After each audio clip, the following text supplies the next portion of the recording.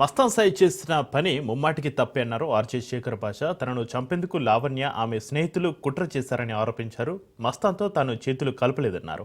లావణ్యను drugs కేసులు ఇరికించాలని చూడలేదంటున్న శేఖర్ భాషతో మా ప్రతినిధి రత్న ఫేస్ టు ఫేస్.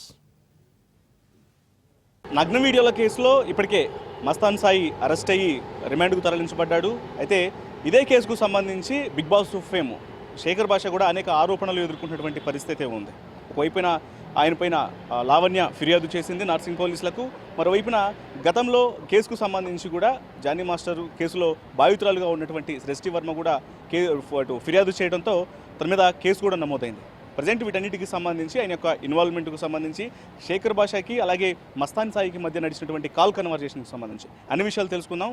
ప్రస్తుతం మనతో బిగ్ బాస్ ఫేమ్ శేఖర్ భాష ఉన్నారు. ముఖ్యంగా ఏదైతే ప్రస్తుతం జరుగుతున్నటువంటి పరిణామాలు ఏవైతే ఉన్నాయో అసలు మీరు ఈ కేసులకు సంబంధించి అది సృష్టి వర్మ కేసు కావచ్చు, లావణ్య కేసు సంబంధించి కావచ్చు, మస్తాన్ కేసు కావచ్చు, రాజ్ తరుణ్ విషయంలో కావచ్చు, వీటన్నిటికీ సంబంధించి ఈ కేసులన్నీ కూడా వరుసగా మీ చుట్టూ తిరగడానికి ప్రధాన కారణం ఏమై ఉంటుందని చెప్పని మీరు అనుకుంటున్నారు?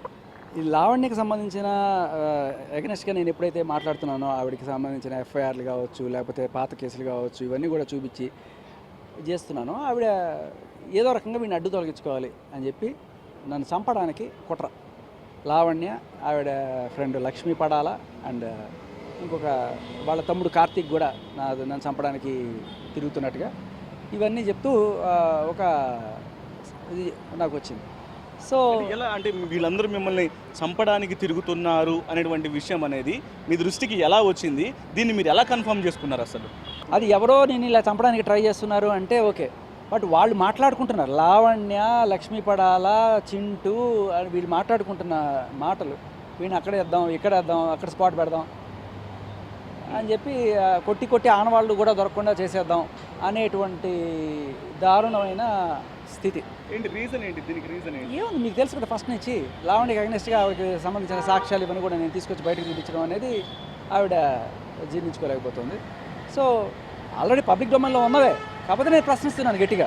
ముఖ్యంగా లావణ్య రాజ్ తరుణ్ కేసులో మీరు కొన్ని రోజుల పాటు సోషల్ మీడియాలో కావచ్చు, మెయిన్ స్ట్రీమ్ మీడియాలో కావచ్చు, రాజ్ తరుణ్కు న్యాయం చేయడానికి వచ్చిన వ్యక్తిలాగా అనేక రకాల ఇంటర్వ్యూలు ఇవ్వడం జరిగింది. కట్ చేస్తే కొన్ని రోజుల తర్వాత మీరు బిగ్ బాస్ హౌస్లో ఉన్నారు. సో బిగ్ బాస్ హౌస్కు వెళ్ళటం కోసమే ఇవన్నీ చేశాడు శేఖర్ భాష అనే వ్యక్తికి అని అనేక రకమైనటువంటి వార్తలు కూడా వచ్చాయి. సో వీటికి సంబంధించి ఏం చెప్పారు? మరి నాకు బిగ్ బాస్ వచ్చేసింది కదా, బయటకు వచ్చేసిన తర్వాత జానీ మాస్టర్ గురించి మాట్లాడాల్సిన పని ఏంటి, హర్ష సాయి గురించి మాట్లాడాల్సిన పని ఏంటి, గరికపాటి గారి గురించి మాట్లాడాల్సిన పని ఏంటి, లేకపోతే ఆ టీ ఎస్టేట్ నవీన్ గురించి మాట్లాడాల్సిన పని ఏంటి? ఇవన్నీ నేను చేయాల్సిన పనే లేదు కదా. ఒకవేళ నాకు బిగ్ బాస్ వచ్చేసింది, నాకు ఫేమ్ వచ్చేసింది అని చెప్పి నేను దారి చూసుకోవాలి. సో దీన్ని బట్టి ఒక ప్రూఫ్ ఏంటంటే నేను బిగ్ బాస్ కోసం చేయలేదు, ఇది నేను ఒక ఉద్యమంలా చేస్తున్నాను. సొసైటీలో మగవాళ్ళ పట్ల జరుగుతున్న వివక్ష చట్టాలు ఏవైతే ఉన్నాయో, పోలీస్ సిస్టమ్, ఇప్పుడు మీరు వెళ్ళి ఒక అమ్మాయి మిమ్మల్ని వేధిస్తుంది లేకపోతే చంపేస్తానని చెప్పి వెళ్ళి కేసు పెట్టడానికి ట్రై చేయండి. అంత ఈజీ కాదు. మీకు బీయింగ్ క్రిమినల్ జర్నలిస్ట్ ఎలా ఉంటుంది పోలీస్ స్టేషన్లో ఒక మగాడు వెళ్ళి కేసు పెట్టడానికి ట్రై చేస్తే ఉండదు. అదే ఒక అమ్మాయి వెళ్ళి ఏ ఆధారాలు లేకుండా కూడా కొంత పరిచయం ఉంటే వెళ్ళి కేసు పెట్టచ్చు. మీరు పురుషులకు న్యాయం చేయడం కోసం వారి యొక్క హక్కుల తరపున, వారికి జరుగుతున్నటువంటి అన్యాయాల తరపున పోరాడుతున్నాను అనే ఒక స్టాండ్ తీసుకున్న తర్వాత ఇప్పుడు ఈ మధ్య కాలంలో మస్తాన్ సాయి అలాగే మీ మధ్య జరిగినటువంటి ఆడియో కన్వర్జేషన్స్లో దీనికి సంబంధించి ఈ వ్యవహారం కావచ్చు, లేకపోతే మరోవైపున మస్తాన్ సాయి నగ్న వీడియోల కేసుకు సంబంధించి ఇప్పుడు అతను ఆల్రెడీ రిమైండ్లో కూడా ఉన్నాడు. ఈ కేసుకు సంబంధించి, ఈ నగ్న వీడియోల కేసుకు సంబంధించి ఇట్లాంటి సమయంలో కూడా ఖచ్చితంగా మస్తాన్ సాయి లాంటి పురుషుడికి నేను సపోర్ట్ చేయాలి, అతని వైపున పోరాడాలి అనే స్టాండే ఉందా మీకు ఇప్పటికి కూడా? అసలు మస్తాన్ సాయి నగ్న వీడియోలు అంటేనే వినడానికి అసహ్యంగా ఉంది.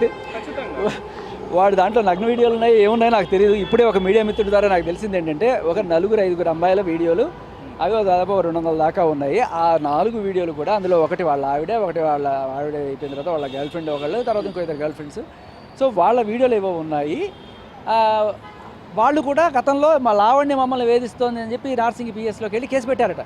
మీరు ఏదైతే విషయం చెప్తున్నారో యాజ్ ఇట్ ఈస్గా ఇదే విషయాన్ని అనుసరిస్తూ తను కూడా నేను ఒక ట్రాప్లో ఇరుక్కున్నాను అంటూ పోలీసుల ఎదుట కన్ఫెస్ చేసి నాతో పాటు ఇంకా చాలామంది అమ్మాయిలు ఈ రకమైనటువంటి బారిన పడ్డారు అని మాత్రమే పోలీసులకు కన్ఫెస్ చేసిన తర్వాత ఫిర్యాదు చేయడం జరిగింది. దానికి కేసు నమోదు చేశారు, జైలుకు పంపించారు. మరి ఈ ప్రాసెస్ చేసినటువంటి లావణ్యను మాత్రము మిగతా వాళ్ళ ఆ అమ్మాయిలు బాధితులు ఎవరైతే ఉన్నారో వాళ్ళు చేయాలి, కానీ తినెందుకు చేస్తుంది, తినెందుకు ఇలా చేసింది అనేది కూడా క్వశ్చన్ చేస్తున్నారు. తను కూడా అందులో ఉన్నది కాబట్టి వన్ ఆఫ్ ద విక్టిమ్ లాగానే తను కూడా ఫిర్యాదు చేసిందని భావించవచ్చు కదా, ఎందుకు ఆమెను వ్యతిరేకిస్తున్నారు మీరు? ఎస్ దాంట్లో ఎక్కడైనా లావణ్య న్యూడ్ వీడియోస్ ఏమైనా ఉన్నాయా నాకు తెలీదు. మీరుంటే మీరే చెప్పాలి, నేను చూడలేదు కాబట్టి నాకు తెలీదు.